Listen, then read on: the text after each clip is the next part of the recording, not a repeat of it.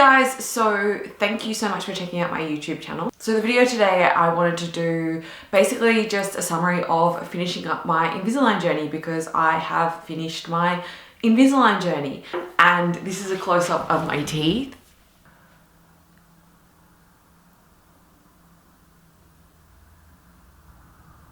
Okay, as you can see, they're teeth. I'm pretty happy with them. They're not 100% straight, and that is so fine with me. A, because perfect in my eyes is boring. B, it's all my fault.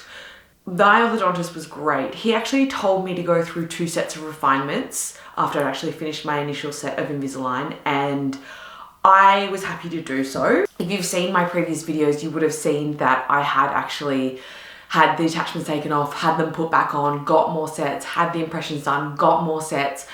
Now, by the time I was on my last set of refinements, I was so over the process. I couldn't wear the trays any longer. And if you have watched like my first video, I really drill the fact that the hardest part for me is keeping trays on your teeth 24/7. So if you're anything like me and you're looking into Invisalign, that's the hard part. The only thing I would say is that with braces, regular braces, you don't have that option to take them off if they're irritating. You just kind of have to suck it up and live with it.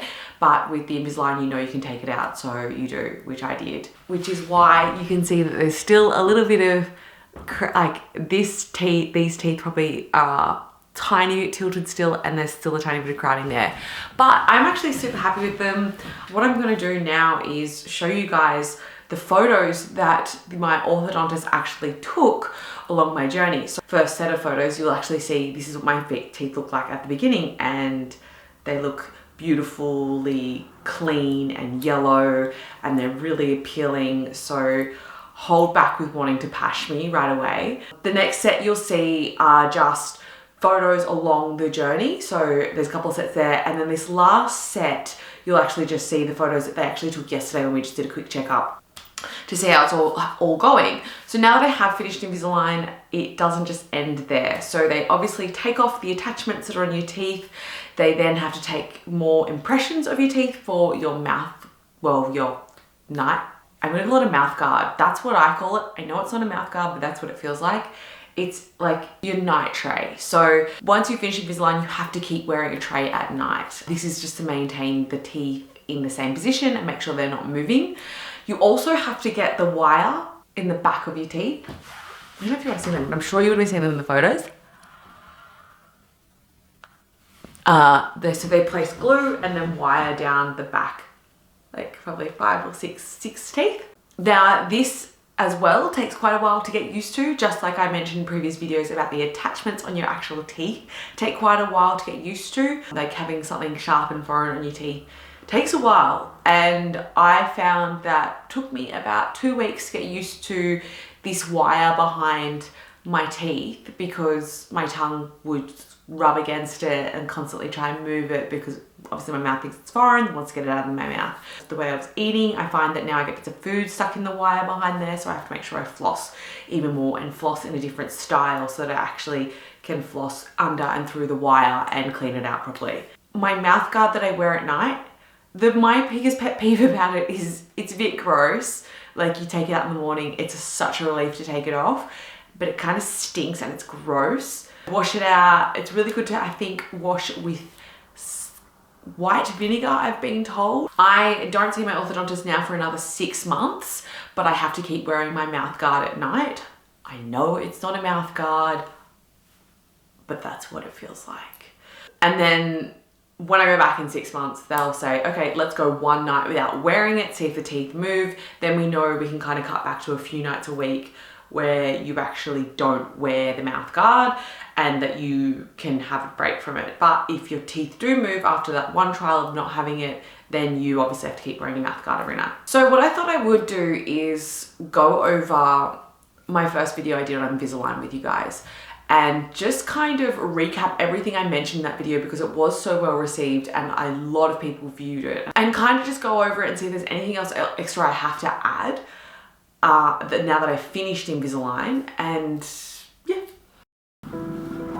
Hey guys, so today I want to chat a little bit about Invisalign. Oh my god, this is gonna be hard. I talk so slow in this video. I'm so sorry whoever's had to watch this. That when you change your trays every 2 weeks, you actually look forward to putting the new tray in. That's true. So when you do get a new tray and you're changing it however frequently it is, whether it's a week, it's a week and a half, 2 weeks, I think Invisalign has changed their protocol now, and basically everyone is changing their tray every week or every 10 days, whether you're using the V Pro 5 or something like that to speed up your process. Something about the Invisalign technology now that it is so fast. I started on 2 weeks and then was using the V Pro 5 and I could start changing it every week. But like I mentioned in my first video, you do get so excited to change the tray because by the time that 2 weeks or that week or that 10 days up, the tray is actually just loose and it feels like it's not doing anything and it literally feels like you've got a mouth guard in. So that's where I would slip up after like a week or a few days, and after a few days the tray had like molded to my teeth and had moved them already and kind of felt a little bit loose. That's when I'd get kind of complacent with it and I'd start taking it out more and more and just having little breaks, and that's not good because then your teeth just go back to the way they were. One of the main cons I would have to say is that you have plastic on your teeth all the time. Yes, you already know, you have plastic on your teeth 24/7, or in my case 18/7. 15, 16, 12, 7. Keep the all trays on. So it's not the reason you can watch that. You need to drop through this one. It's just not going to be no, you have to be but speak after about so you try. This is really ambitious way to take it's something you don't get warnings about. You have to stretch your mouth, like you do have to stretch your mouth really far. And then I think my orthodontist watched this video and now they offer me lip balm. Ask for lip balm. And you just have to lie there for what seems like an eternity while they glue these attachments on your teeth. It's pretty uncomfortable and you don't really get much warning. They just say, oh, just sit back, it's gonna be a little bit annoying, but you're still there for about an hour while they do it all. And what they don't do, they do file the attachments down because it can feel really sharp at first. And that's one thing that shocked me. I did feel them on my teeth rubbing, when I rubbed my gums against my teeth. I could feel these attachments they put on before they put the retainers back on. And I was like, ouch, that is sharp. And this is true. This was probably one of the hardest parts of Invisalign. It's funny though, because I had 2 sets of attachments. Once I basically finished Invisalign, and before we decided I could do refinements. And I think to do the refinements, they had to take the old attachments off and put new ones on for the new molds of trays. But when I had the second set of my refinements and my attachments put on, I didn't actually get such irritation inside my gums. My gums didn't bleed. They didn't really cut up as much. I suppose my mouth is like an old scarred up soldier's boot now. But at the start, it was really hard when I first had my attachments. But in saying that, it's not going to be anything. I've heard horror stories from regular braces. This isn't a horror story. I don't want to turn anyone off. I just want to warn that, again, like my motto, anything in life that's worth having or any change you go through in life, there's a hard part, and these are the hard parts that maybe would have helped to know before I did them. Also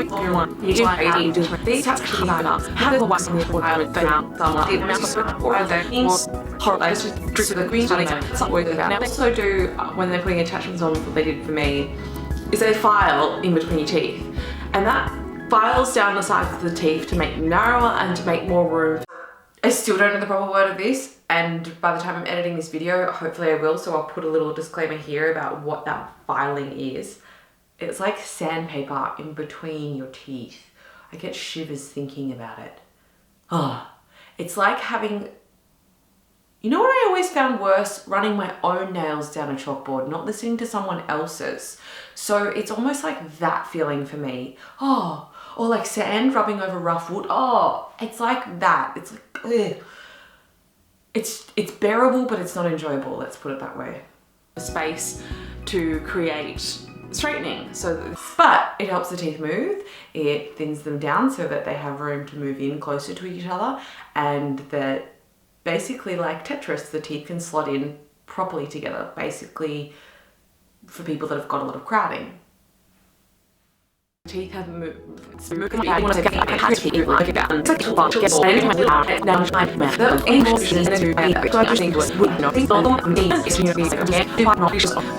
you chewables, so you have to take these little chewies. They're like these little pink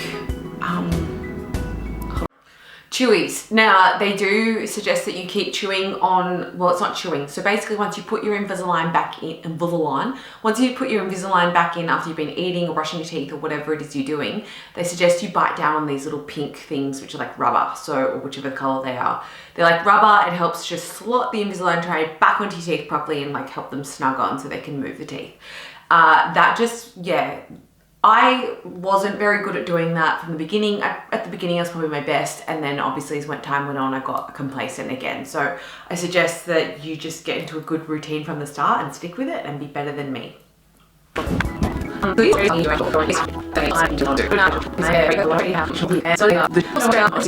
I had a number of appointments with orthodontists and meetings about price and what they thought they could do with my teeth and how long it would take. I have mentioned this in a couple of videos, especially in a video, I think it's called, I'll link it here, some questions to ask on your first Invisalign consult with an orthodontist. Just make sure you try and work out the best price for you. I won't go too much into it because I've gone into it in different videos, but basically be honest about what you can afford, talk to different orthodontists about the best price they can do for you, compare prices before you go with just the first one you hear. Okay, I don't think I say anything else. I thought was reasonable. Blah, blah, blah, and it's really worth taking your time to shop around and show you the improvement. Yeah, I didn't say anything else. So I hope this video helped you guys. If it did, give me a thumbs up. Hit subscribe if you want. I'm probably not going to do too many more Invisalign videos because I finished my Invisalign journey. I'm so not good at selling myself on YouTube. But basically, I just wanted to say thank you so much for watching and checking these videos out. And I hope they helped in some way because that's all that I did them for, because I would have liked to hear these things before I started Invisalign. So thank you so much for watching, and hopefully I see you here again on my channel soon. Bye.